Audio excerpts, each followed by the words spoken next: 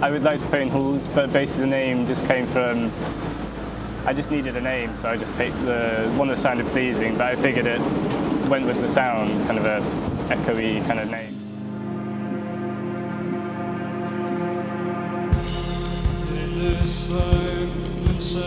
I started,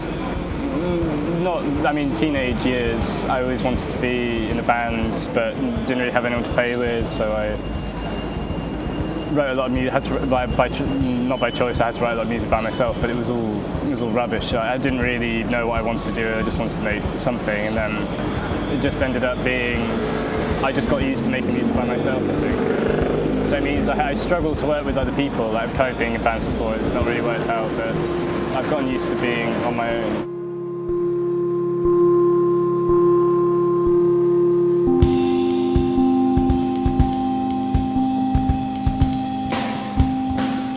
We had like a few shows at the beginning where there were 4 of us and it was all electronic drums, but I wanted something a bit more. I figured it didn't really jump out. It was quite dull. It was quite boring for us to play as well. I think it was boring for people to watch. It was just a bit of a nothingness. So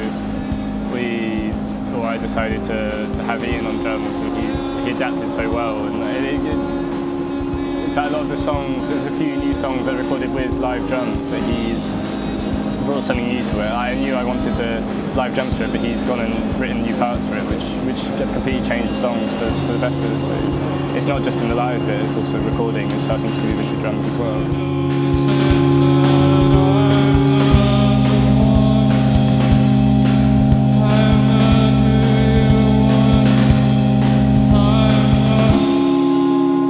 I've been trying to shift over to making things as real as possible. So things like trying to use kind of recording real life, like say for piano, not relying on a software instrument and going to a real piano, which is I don't have a piano attached to us all the time, so I have to book one or take one. I recorded some piano in Blackheath Hall, which is probably my favourite hall,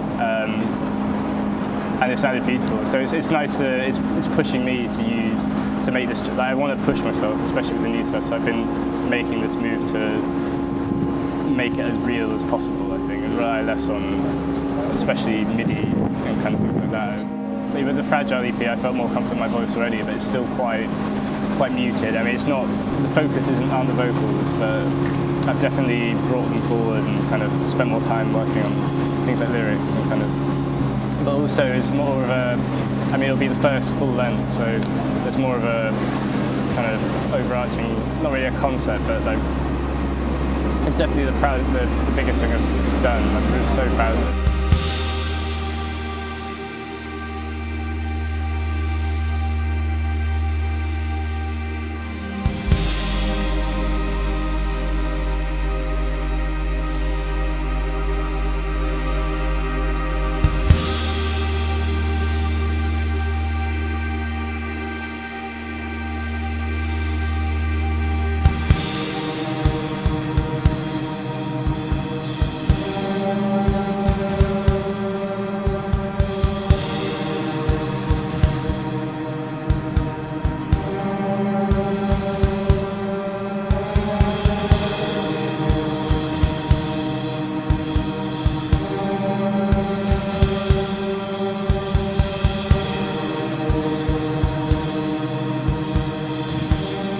I liked playing a big hall, like a church hall. We went Great Escape. We saw Lonely Deer and Perfume Genius playing at St Mary's Church. It sounded absolutely amazing, and I kind of wanted to record some of the album stuff in a church, but just it's quite hard.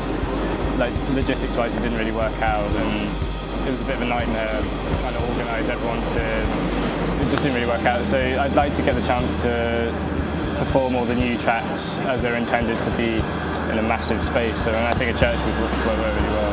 It was amazing. The sounds were amazing. So. Well, I thought I could never sing, but when I started, so I did a few vocal things, and the vocals are terrible in it. That's why there's so much.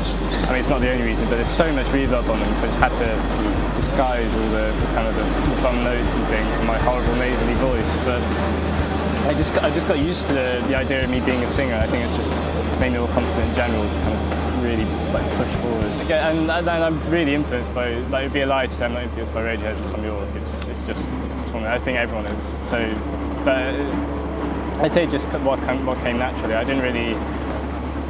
wasn't really inspired to do more vocals because of vocalists I liked. I just wanted to have that extra dimension to the song.